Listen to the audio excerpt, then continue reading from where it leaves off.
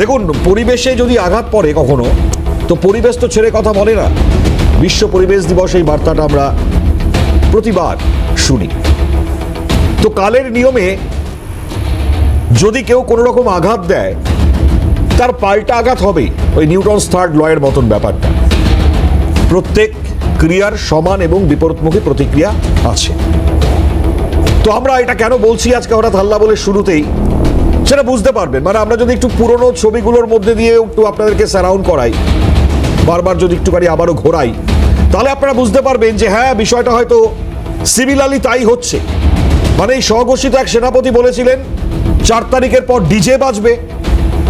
তো ওই 4 তারিখের পর ডিজে বাজা, ডিম খাওয়ার মতন যে ছবিটা আমরা ফার্স্ট টাইম দেখেছিলাম, অভিষেক বন্দ্যোপাধ্যায়, তিনি বাইরে বেরোলে ডিমও খেতে পারেন, সেই মুখ দিয়ে ডিম পড়ে যাচ্ছে, পচা ডিম, সেই ছবিটা আমাদের মনে পড়ে যায়।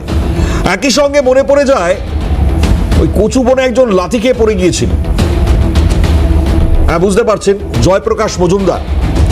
তার বিরুদ্ধে এমন অভিযোগ, 12 বছর ধরে নাকি বাড়ি দখল করে বসে আছেন, পরবর্তীতে গ্রেপ্তার হয়েছেন, সেও ডিম খেতে খেতে বেঁচে গিয়েছেন। তো আমরা এই কারণে এই কথাটা বলছি যে একটা সময় প্রবল অত্যাচার, সাধারণ মানুষকে লাগাতার যেভাবে অত্যাচার করা হয়েছে, যেভাবে লুট করা হয়েছে, যেভাবে সিন্ডিকেটের দাপটে সর্বশান্ত করা হয়েছে, তার মধ্যে তো চুরি, দুর্নীতি, রাহাজানি কিছু আর বাদ নেই। একদিকে দলের এক হেভিওয়েট সেই নেতা পলাতক, এক নেতার ভাই তোলাবাজিতে শ্রীঘরে আজ মেয়র দিয়েছেন ইস্তফা, আর শীর্ষ নেতৃত্ব দলের যিনি সেনাপতি, আবারও বলছি আমরা, সেই সেনাপতিকারী আদালতের চক্কর কাটছে। একটা সরকার চলেছে 15 বছর, কি চলেছে আলটিমেট, আজকে গিয়ে হয়তো তার সামগ্রিক ছবিগুলো স্পষ্ট হচ্ছে। আমি যদি একটু পুরনো ছবিগুলো আবারও দেখাই, দেখুন অভিষেক বন্দ্যোপাধ্যায়ের ছবিটা দেখাচ্ছি আমরা, সেই সেনাপতির ছবি আপনারা দেখছেন। আর এরপর আমি আরো একটা ছবিতে চলে যাওয়ার চেষ্টা করি, জয়প্রকাশ মজুমদার, যেটা বলছিলাম আমি। ওই দেখুন জয়প্রকাশ মজুমদার বেরিয়েছে।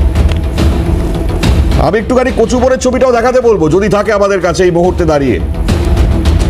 যদি থাকে তাহলে পাশে চালাও, কারণ আমরা সেই ছবিটাকে মনে রেখেছিলাম।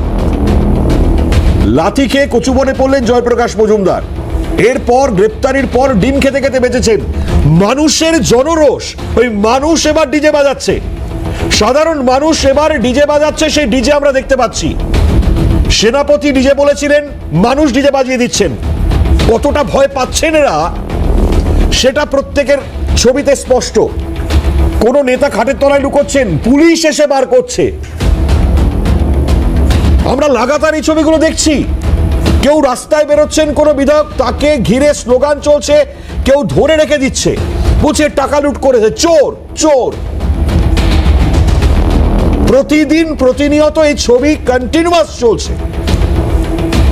15 বছর ধরে একটা দল পশ্চিমবাংলায় রাজত্ব করেছে, তার এই হাল ভাবতে পারছেন একবার?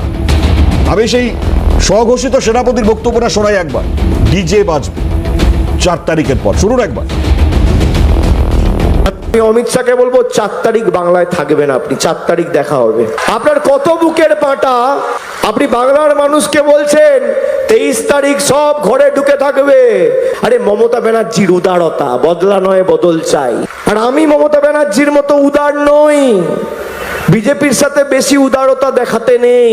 যারা মানুষের প্রতি অবিচার করেছে, মানুষকে অপমানিত করেছে, তাদের জন্য এবার রবীন্দ্রসঙ্গীত না, এবার 4 তারিখ ডিজে বাজবে। তৈরি থাকো।